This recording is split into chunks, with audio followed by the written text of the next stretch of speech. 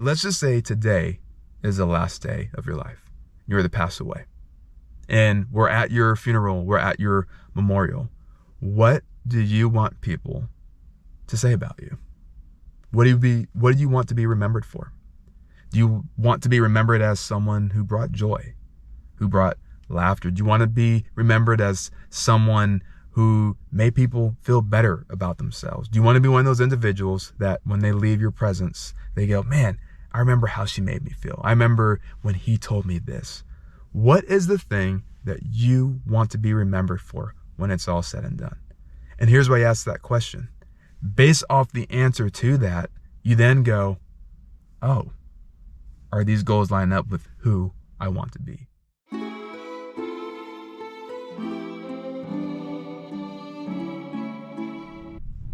What's up, guys? I want to go over 3 things that can help you have your best year yet. But before I go into those 3 things, I actually want to hit a couple caveats first. And here's caveat number 1, celebrate.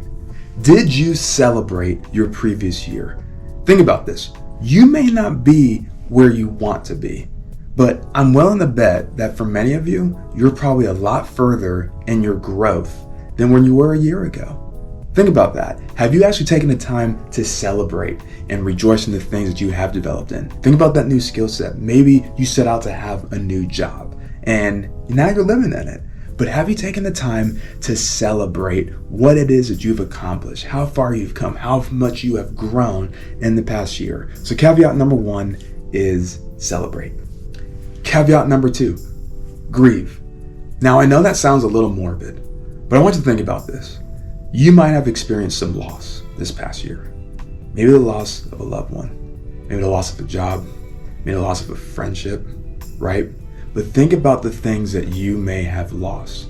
Now I want to ask you though, have you given yourself permission to grieve it? Another way of asking it is, have you given yourself permission to feel it? Because grief can be not just hard and challenging, but lots of times when we don't give ourselves permission to grieve what once was, it actually becomes more difficult and challenging to walk into something new. I can desire something that I want moving forward into the future.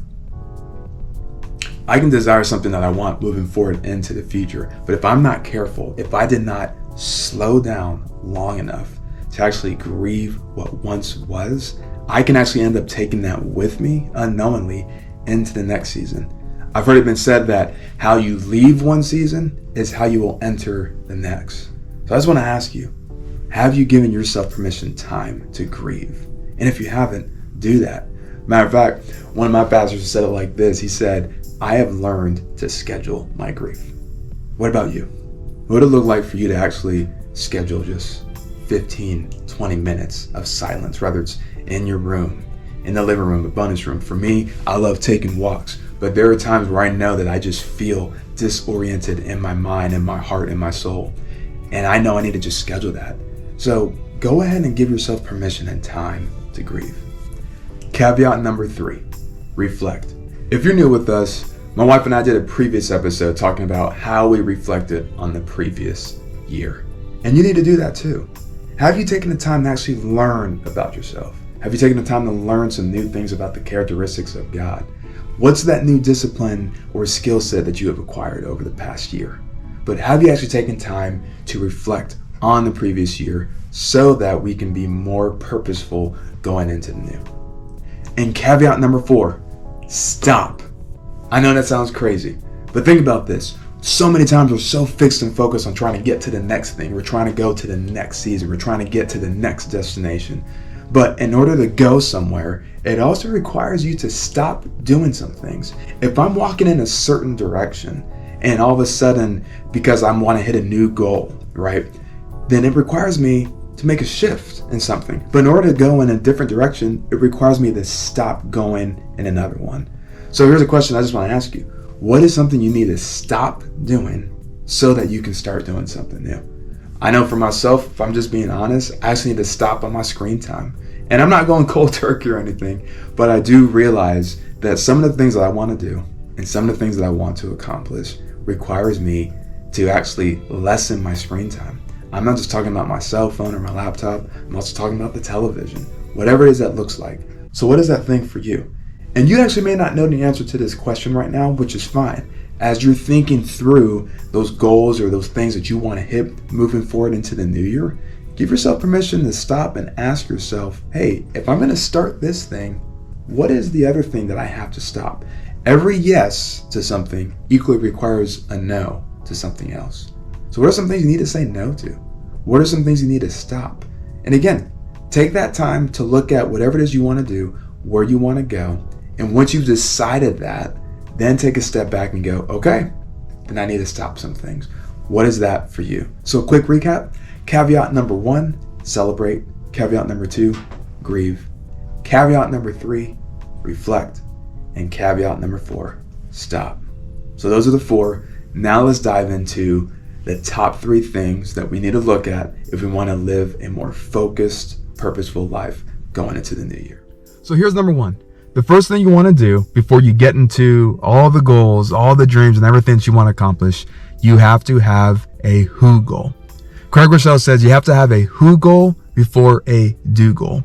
Too many times we always look into the things that we want to do. We start dreaming, and I'm not telling you to not dream. I'm not telling you to not start developing new goals, new disciplines, new habits, new patterns. But before you even get there, who do you want to be? Who is the person that you want to become? Some other ways of looking at it is if you're in your 20s, your next benchmark is going to be 30. If you're in your 30s, your next benchmark is going to be 40. If you're in your 40s, your next benchmark is going to be 50. But start asking yourself, if you're in your 20s, who do you want to be when you're 30 years old?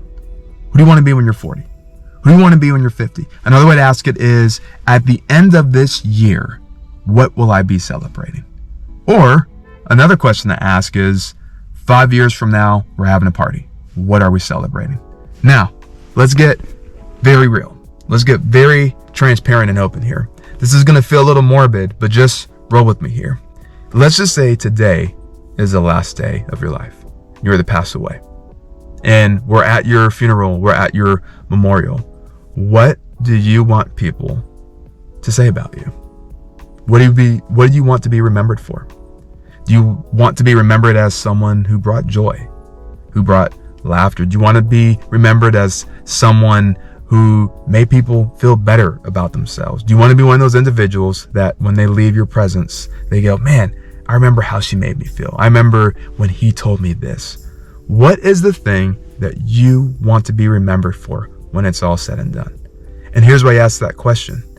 Based off the answer to that, you then go, oh, are these goals lining up with who I want to be?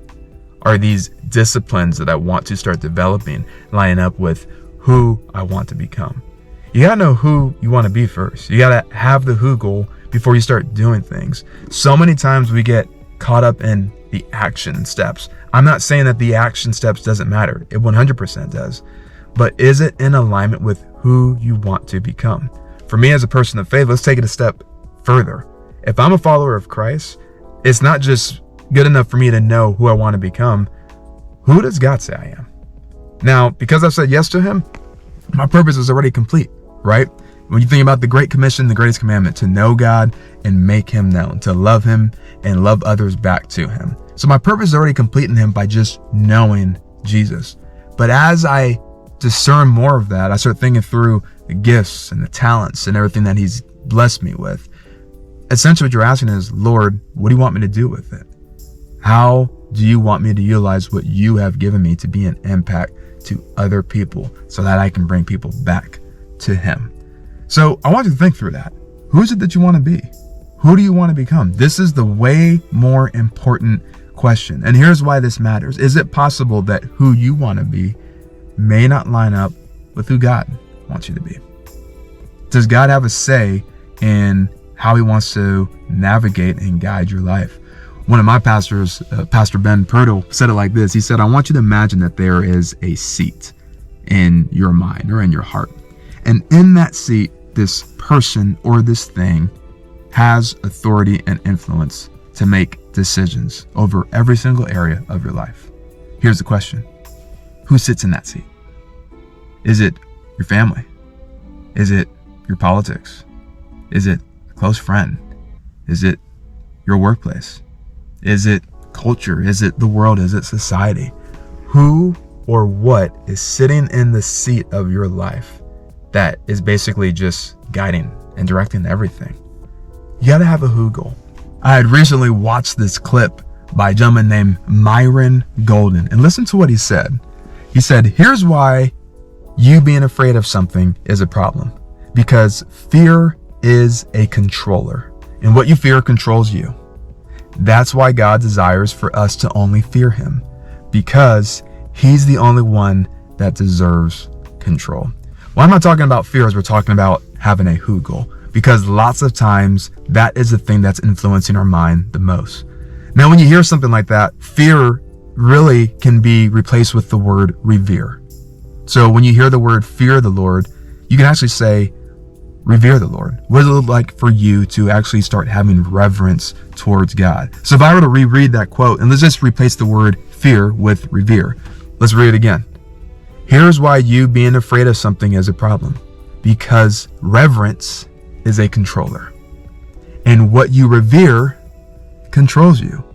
And that's why God desires for us to only revere him, because he's the only one that deserves control. So what is it that you're revering in life? What has your total attention? What has your total focus right now?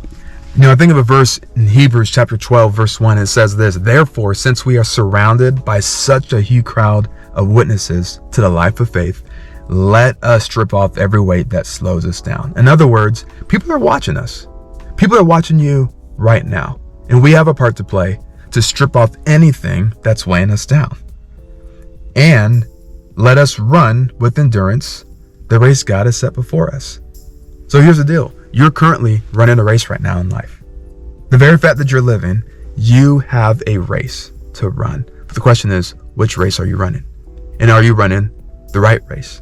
And how do we know if we're running it well? Well, the writer goes on to say in verse 2, we do this by keeping our eyes on Jesus, the champion who initiates and perfects our faith. Another version says the author and founder of our faith. If we want to run our race in life well, especially when it comes to being a follower of Christ, we have to keep our eyes fixed on Jesus. So as we do that, who is he telling you to become? Who is it that he wants you to be? Does he actually have permission to speak into the man or woman that he wants you to be? I don't want to just be the best version of myself. I want to be the best version of myself in Christ. And maybe you're not there yet, to which I'd say, that's okay. I'm glad you're here. But I want you to take the time and ask yourself, who has reverence over my life? Who has the right to speak into my life? What is speaking into my life?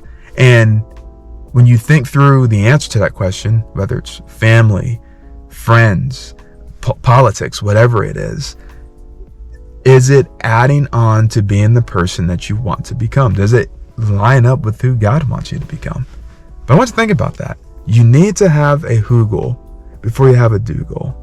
Because if you don't know who you want to be, then everything else is actually not meaningless, not irrelevant, but it just may not be accurate.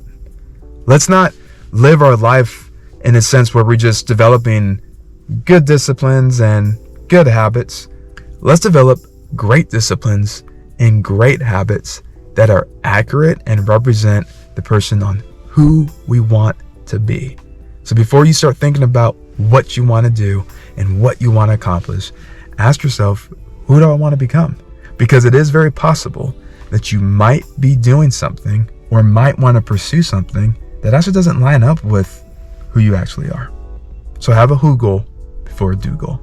Now that you've established your who goal, you're going to jump into step number 2, which is a stretch goal. So number 2, get a stretch goal. One of my favorite books written by Charles Duhigg is called S.M.A.R.T.E.R. Faster, Better.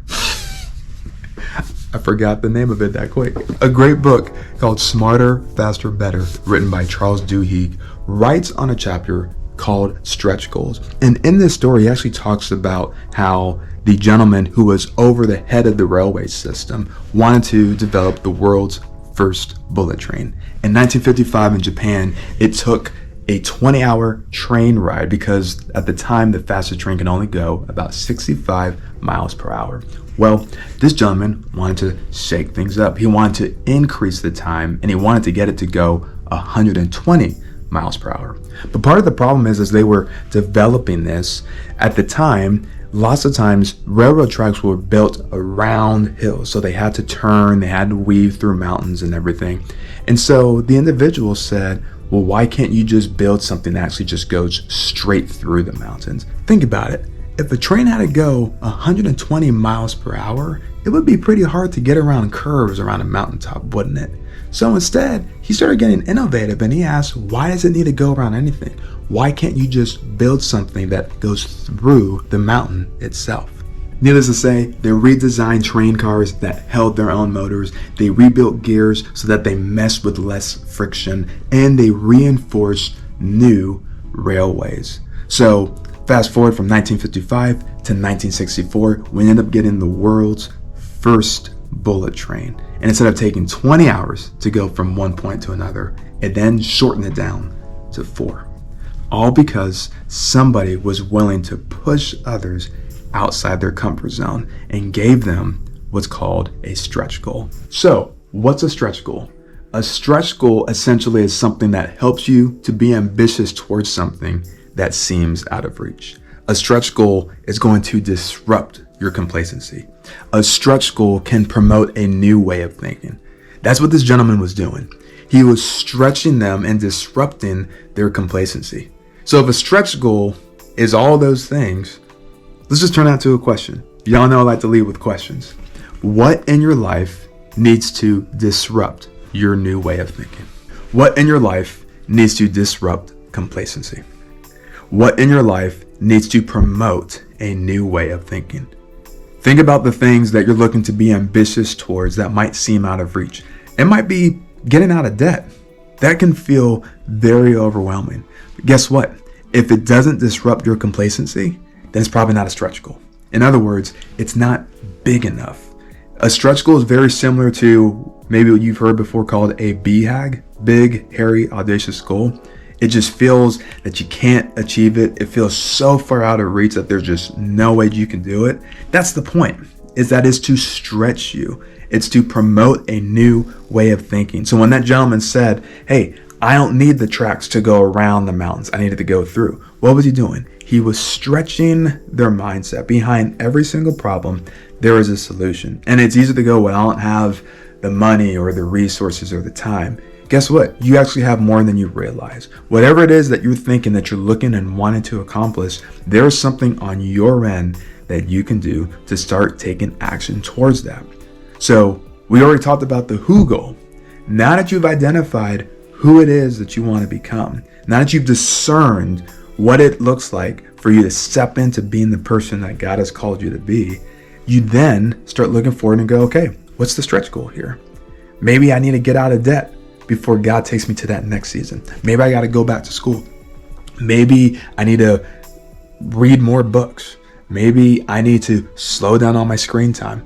Part of the reason why I know I need to stop investing in so much screen time, whether it's on my phone, computer, or just watching television, is because I'm recognizing there's more things that I want to do.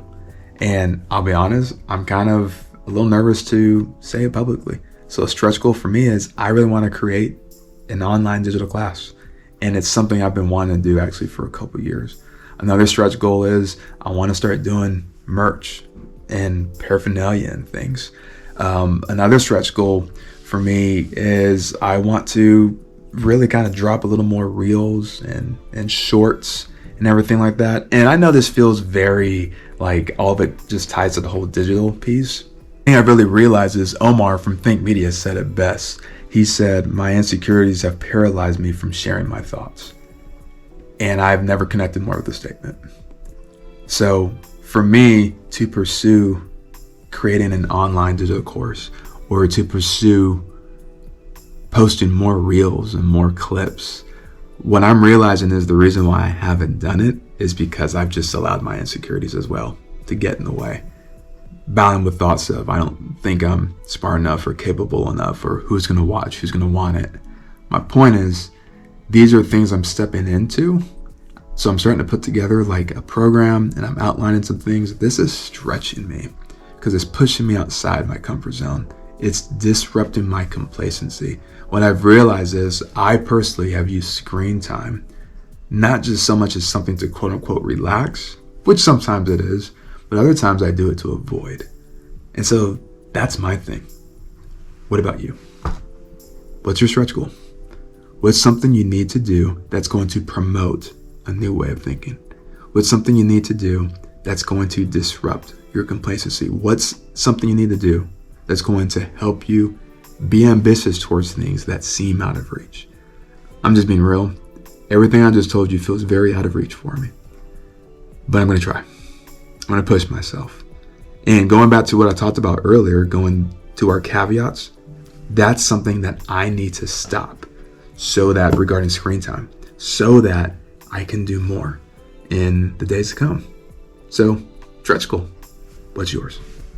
So the third thing that we need to do, once we've had our who goal and our stretch goal, now we're going to talk about how we roll that out, which is what Michael Hyatt would call smarter goals. You guys probably heard SMART, but I want to go ahead and go into S.M.A.R.T.E.R goals. So we're talking about the first one. And the first one is specific. We got to be specific about what it is that we want. So think about this. If you're looking to lose weight, I can't just say, I'm going to lose weight. Do you want to lose 40 pounds? Do you want to lose 20 pounds? Do you want to lose 30 pounds? Right? I'm using this one because it's the most obvious example. But are you specific once you've recognized the goal and the direction in which you want to hit and go to? The next one is M, which is measurable. Can you measure the thing that it is that you're looking to accomplish? So we already talked about using the weight loss example. You can measure that, right? You can see it on a weekly basis. What does that look like for you? Maybe it's you want to read a certain number of books over the year. So are you measuring basically the number of pages you're going to do in a week? Are you going to do it maybe 3 times a week? Which kind of leads us actually to our next step, which is action steps. What action steps do you need to take? So if you want to lose weight or you want to gain weight, you got to go to the gym, right? Maybe that's 3 times a week or 4 times a week. Another action step would be, I'm going to change my diet. I'm going to start paying attention to the nutrition, the things that I'm putting into my body. If it's going back to the book example, your action steps are going to be, I'm going to read 10 minutes a day or 10 pages a day, or I'm going to listen to an audiobook 15 minutes a day, whatever it is that looks like. And get specific too with this, meaning it may not be every day. Every day actually might be too much for you. You have to go ahead and pace yourself. You know you, right? So as you're thinking through the action steps, pay attention to what that could look like, and it can change. Number R. I can't believe I said number R. The fourth thing is R, which is realistic. We got to be real about this stuff, guys. Too many times I think we put so much pressure on ourselves regarding what it is that we want to do and how we want to get there. And lots of times we get paralyzed by moving forward because we're not realistic with what it is we want to do. So going back to the weight loss example, can you really lose 20 pounds in 1 week? Is that realistic? So sometimes we actually put too much pressure on ourselves and wanting to accomplish something, simply because we just weren't realistic with the goal. So be realistic with yourself in that. So instead of losing 20 pounds in 1 week, maybe it's losing 20 pounds in 6 weeks. Okay? And then which brings me to the next one, which is T. We got to have a timeline. Now, let me be clear. Sometimes not every single goal you want to accomplish requires a timeline, because maybe it's not a seasonal goal that you want to hit. Maybe it's a lifestyle goal that you want to hit. So a timeline may not be necessary depending on what it is that you want to do. But we already talked about using the weight loss example. So instead of just saying, I want to lose 20 pounds for the whole year, a whole year doesn't create a sense of urgency. The gift of timelines is that it creates a hit time for you. So that way you have a healthy sense of urgency to get moving. So we want to be specific. We want to be measurable. We want to have action steps. We want to be realistic. We want there to be a timeline. And this is when we get into the ER part, which again, shout out to Michael Hyatt. I learned this from him. So the ER is exciting and relevant. Is what you're doing exciting? Does that new goal and habit that you're looking to acquire and develop, does it excite you? Does it galvanize you? Because here's the thing. If it doesn't, why are you doing it? Why are you doing something that doesn't excite you? Why are you doing something that's not relevant to the season that you're in? I think oftentimes when we listen to people that we admire and respect, I know I've done this.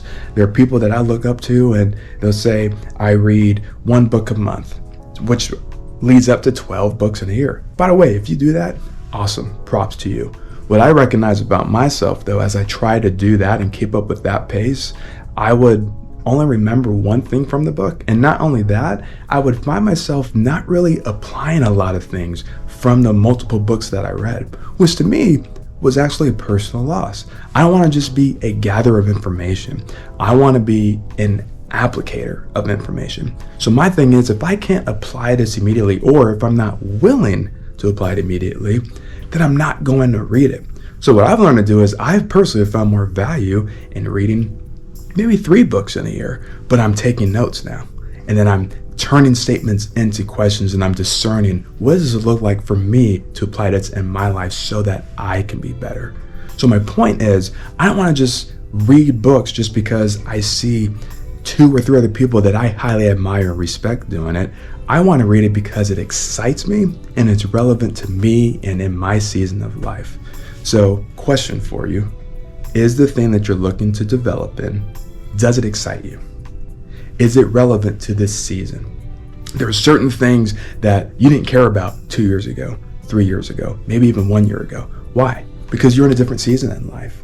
For some people, you're stepping into a relationship. I'm not even just talking about romantically. Maybe you're developing that brotherhood or that sisterhood. You want to be a better friend. For some of us, it's I'm stepping into a season of getting my finances in order, right? That is absolutely relevant. So now you're looking how to get on a budget. For someone else, there might be in a season, if we're sticking with the finances example, there might be in a season where they've already gotten out of debt. So they're looking how to build up their wealth. They're in the saving season. And once they save, maybe you're in another season where you're looking to start working on investments. My point is, whatever the goal is that you're doing, you need to take the time to find some discernment and pay attention to the thing that excites you. Is it exciting? And is it relevant? So all that being said, number 3, are your S.M.A.R.T.E.R goals. Be specific, measurable, action steps, realistic, timeline, exciting, and relevant. Think of those S.M.A.R.T.E.R goals as your to-do list or your task list that helps you carry out your stretch goals. So a who goal, a stretch goal, and your S.M.A.R.T.E.R goals.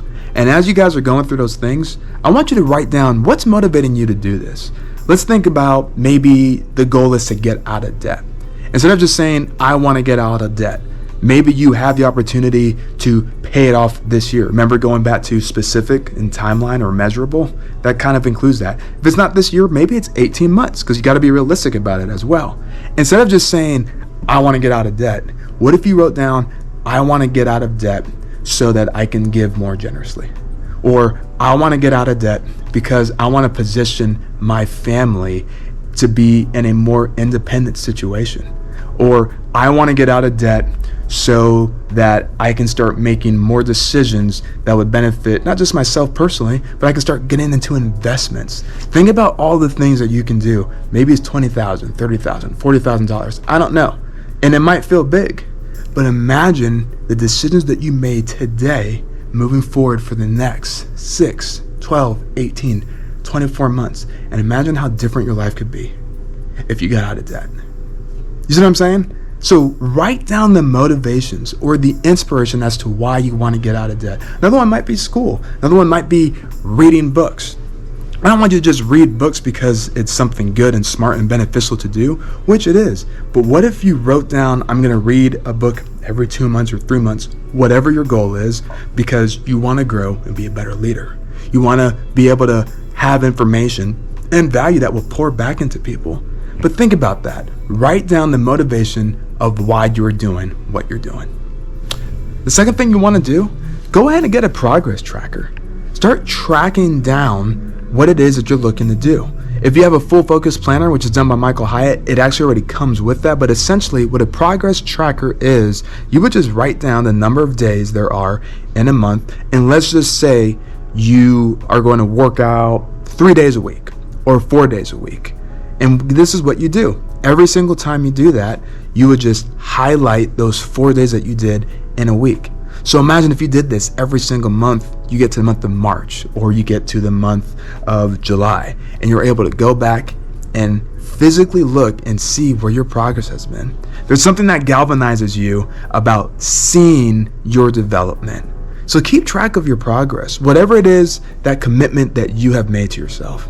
And one of the things too I really want you guys to walk away with is, I should have said this at the beginning, I need you to give yourself permission to wrestle with this. What I'm saying is, give yourself space and grace to make mistakes. I do not need you walking into this with perfection. I need you to go ahead and give yourself an opportunity to grow and develop through this. Why? Because you're not always going to get it right. It's so easy, going back to the first caveat I said, which is celebrating the previous year. How many times would we go, well, I didn't hit the entire goal, and so we put ourselves down. You may not have hit 100%, but did you get 70%? What if you got 50%? Here's another way of saying it. Aren't you a little bit better from where you were simply because you started making progress in a direction? So give yourself permission to not just wrestle with it, but it's okay to make adjustments. Maybe you're setting out to hit the gym 5 times a week, and you notice after the 3rd week it's too hard, you can only do 4. Fine, go ahead and redo it. I don't need you to stop simply because you didn't hit every single thing that you set out to do at the beginning. What if you gave yourself standards and expectations and allowed yourself to just go ahead and make whatever tweaks necessary? So use that progress streak tracker to also reassess and make whatever necessary changes you need to make. And lastly, I need you to find a way how to get excited about it, even if you don't feel like getting excited about it. So think about it. I'm just going to be honest. When my wife and I began our get out of debt journey about 6-7 years ago, there was nothing exciting about getting out of debt. I'm just keeping it real. Who wants to say no to eating out and not want to go shopping anymore? I love those things. But I also recognize that we were restricted to do so much more simply because we were in debt. So what do? If you're not excited about the thing that you need to develop in because you know it will be better for you, tie it back to something that will. My last year of school, I had taken the hardest class that I have taken, which was Hebrew. And it was the last class I needed in order to graduate. And I'm just being honest, I've struggled with languages for years. I always have. And I remember just thinking, honestly, I want to quit. I've actually never wanted to quit anything more in my life than that. However, I stuck with it. And it wasn't because I was excited to do Hebrew. And actually, it wasn't even because I was excited to graduate. I was exhausted at that point. But what I was excited to do is that with that degree, I knew that I could serve in the U.S. Army as an Army chaplain. In order to be a chaplain, I needed to have my master's. And so that was the thing that kept me going. It wasn't because I was excited to take class. It wasn't even because I was excited to go to school. Anyone that knows me well will tell you that I'm not. But I was excited to serve soldiers. I was excited to serve people in a way that I didn't know how, because I acquired a different skill set and a new way of thinking simply because I had the gift of going back to school. So though I wasn't excited about the class itself, I was excited about finishing so that it could put me in a position to be around individuals and pour into them in a way that I could not have done before had it not been for the previous program. So my motivation for me and my excitement was knowing that I'd be able to serve soldiers in the uniform. And the best part about it is, even through that entire program, God had actually used that to set me up to pour into other people outside the uniform as well. So what is that for you? Maybe the goal that you're looking at, it might not be exciting or relevant. That's fine. I can totally appreciate that. But I'm willing to bet you can tie it back to something it is. Maybe when you think about finances or getting into better health, or maybe it's soul care. Maybe you need to get into counseling. Imagine the benefit and the value that you will bring to your family, your friends, your coworkers if you said yes to it, and how much better not only you will be, but they will be, simply because you said yes. What is that thing? If the thing that you're looking at doing to grow in, that stretch goal you have, doesn't excite you, because there's a time we got to push through that, tie it back to something that can. If it's going to be better for you because it's going to heal or bring further clarity to your marriage, do it. If it's going to help you to step into being a secure individual in Christ, relationship or not, guess what? You're already complete in Him. Think about that. You have a gift already. It doesn't matter if we're married, if we're single. At the end of the day, our status right now is a gift to the kingdom of God. So how much greater could we be if we just decided right now that even when I'm growing a new discipline, even when I'm developing something I don't want to do, there's actually value on the other side. But I have to take the time to find it. So what is yours? Go ahead and find that thing. Man, I hope you guys enjoyed this video. And if you're listening to us, thanks so much for tuning in. But do me a favor. I want to hear from you. What are things that you have learned from the past? What are things that are helping you currently right now as you're looking to refocus and reshape your mind, your heart, your soul, moving forward into the new year? Also, if you're listening to this anytime after January 1st, you ain't missed it. Every single day is a new day. By the mere fact of you watching this means there's time on your side. So let's get going. But what is your goal? Who is the person that you want to become? I want to hear from you. And what are some things that's worked from you? I want to learn from you as well. What are some things that you've done in the past that's helped you to reshift and recenter your heart, recenter your mind, recenter your soul so that you can step into being everything that God has in store for you? Well, if you made it to this part of the video, I'm so grateful for you. And if you want to watch more, I actually have a great message by one of our campus pastors that talks about what we can do to live well moving forward into the new year, which is right here. If you want to watch a previous video that my wife and I did regarding reflecting on the previous year, you can go ahead and click here, or you don't have to do any of that. And I'm just grateful that you showed up and came to the channel. I hope you enjoyed. I hope I added value to you, and I'm grateful that you're here. Otherwise, have a wonderful day, and even better, have a great new year. God bless. Peace out.